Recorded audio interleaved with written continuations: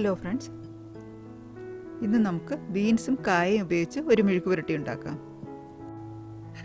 ബീൻസിൻ്റെയും കായയുടെയും ഗുണങ്ങളടങ്ങിയ വളരെ ഹെൽത്തിയും ടേസ്റ്റിയുമായ ഒരു സൈഡ് ഡിഷാണിത്. ഈ മെഴുക്കുപുരട്ടി കഴിക്കാൻ ഏറ്റവും ഉത്തമം ചോറിനോടൊപ്പമാണ്. നമുക്കിനി റെസിപ്പിയിലേക്ക് പോകാം.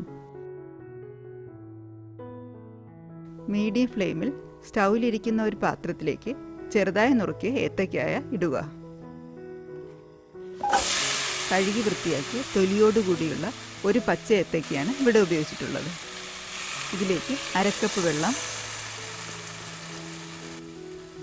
1/4 ടീസ്പൂൺ മഞ്ഞൾപ്പൊടി, 1/4 ടീസ്പൂൺ മുളക് പൊടി, 1/2 ടീസ്പൂൺ ഉപ്പും ചേർത്ത് നന്നായി ഇളക്കുക.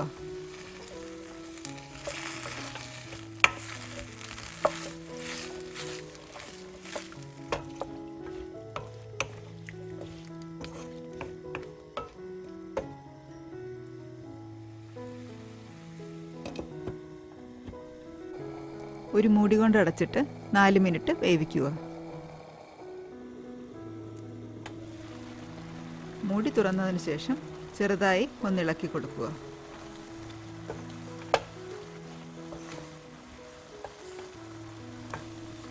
ഏതാണ്ട് 1 ഇഞ്ച് നീളത്തിൽ മുറിച്ച 2 കപ്പ് ബീൻസ് ചേർക്കുക. ഇതിനെ ഇളക്കി യോജിപ്പിക്കുക.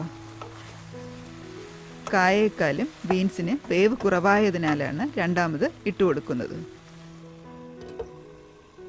ഒരു മൂടി കൊണ്ട് അടച്ചിട്ട് ഏതാണ്ട് 3 മിനിറ്റോളം വേവിക്കുക. മൂടി തുറന്നതിന് ശേഷം പാത്രത്തിലെ വെള്ളം വറ്റുന്നതുവരെ നന്നായി ഇളക്കുക.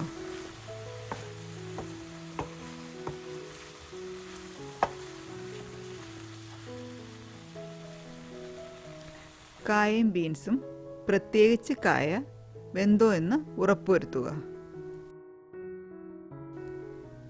നന്നായി വെന്ത് കഴിയുമ്പോൾ കായ ഇതുപോലെ ഉടയണം. ഇതിനെ ഇനി സ്റ്റൗവിൽ നിന്നും മാറ്റിവെക്കുക. മീഡിയം ഹീറ്റിൽ സ്റ്റൗവിലിരിക്കുന്ന ഒരു ഫ്രൈയിങ് പാനിലേക്ക് 2 ടേബിൾ സ്പൂൺ വെളിച്ചെണ്ണ ഒഴിക്കുക. എണ്ണ ചൂടായി കഴിയുമ്പോൾ അതിലേക്ക് 1 ടീസ്പൂൺ കടുകിടുക.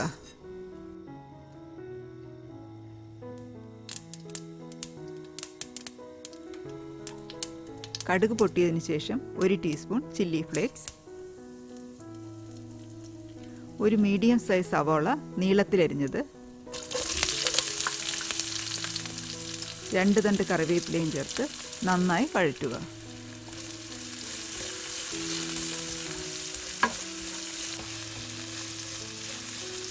ആദ്യമായി ഈ ചാനൽ കാണുന്നവർ ദയവായി സബ്സ്ക്രൈബ് ചെയ്യാൻ മറക്കരുത്. ഒപ്പം നോട്ടിഫിക്കേഷനായി ബെൽ ഐക്കോണും ഓൾ ഓപ്ഷനും ക്ലിക്ക് ചെയ്യുക. ഉള്ളിയുടെ നിറം ചെറുതായി മാറിയിട്ടുണ്ട്. നേരത്തെ വേവിച്ച് വെച്ചിരുന്ന കായയും ബീൻസും ഇതിലേക്ക് ചേർക്കുക.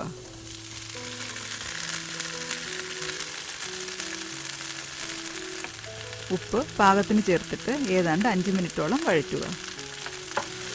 ഞാനിവിടെ 1/2 ടീസ്പൂൺ ഉപ്പാണ് ഉപയോഗിച്ചിരിക്കുന്നത്.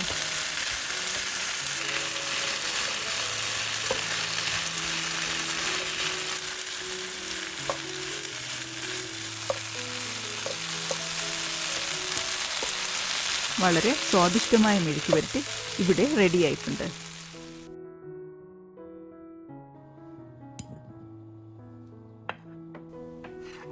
വെജിറ്റേറിയൻസിനും നോൺ വെജിറ്റേറിയൻസിനും ഒരുപോലെ ആസ്വദിക്കാൻ പറ്റിയ ഒരു ഡിഷാണിത്. ഇതിൽ വളരെയധികം ഫൈബറും പ്രോട്ടീൻസും അടങ്ങിയിട്ടുണ്ട്. ഈ റെസിപ്പി ട്രൈ ചെയ്ത് നോക്കിയിട്ട് നിങ്ങളുടെ കമൻസ് അറിയിക്കുക. അടുത്ത വീഡിയോ ഞാൻ ഉടനെ ഇടുന്നതാണ്. നന്ദി, നമസ്കാരം.